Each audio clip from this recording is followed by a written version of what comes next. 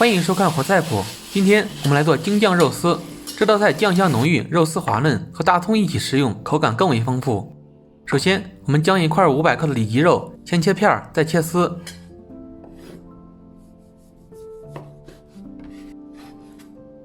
不要切得太粗，5毫米粗细即可。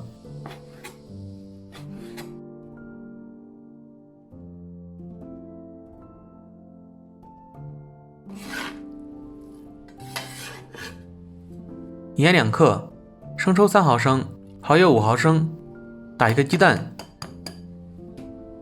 只要蛋清，淀粉10克，搅拌均匀，腌制10分钟。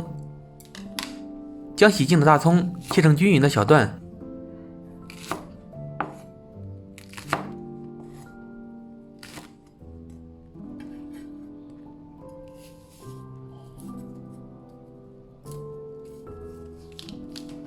然后切成均匀的葱丝，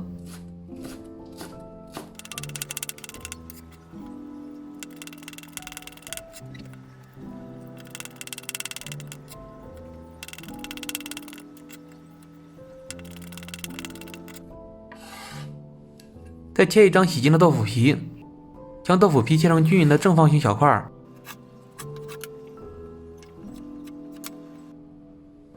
再切一个洗净的红柿子椒，将柿子椒也切成均匀的细条，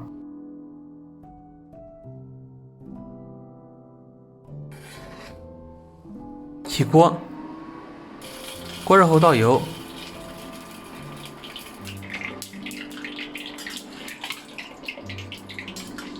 油热后倒入腌制好的肉丝，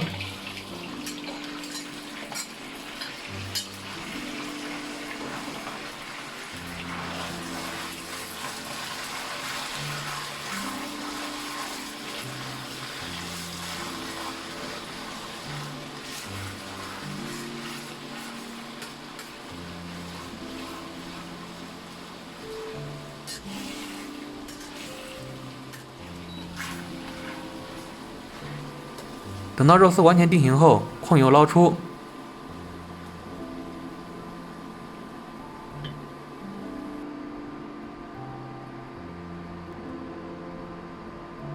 将油倒出，锅中留少许底油，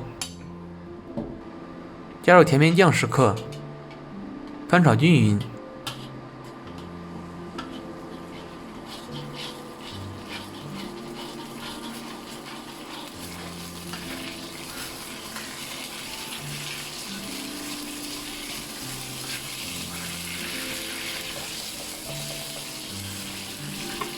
倒入炸好的肉丝，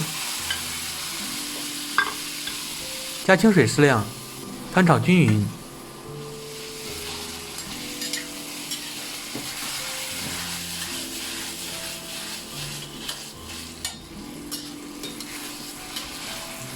再加少量淀粉水，翻炒几下即可出锅装盘。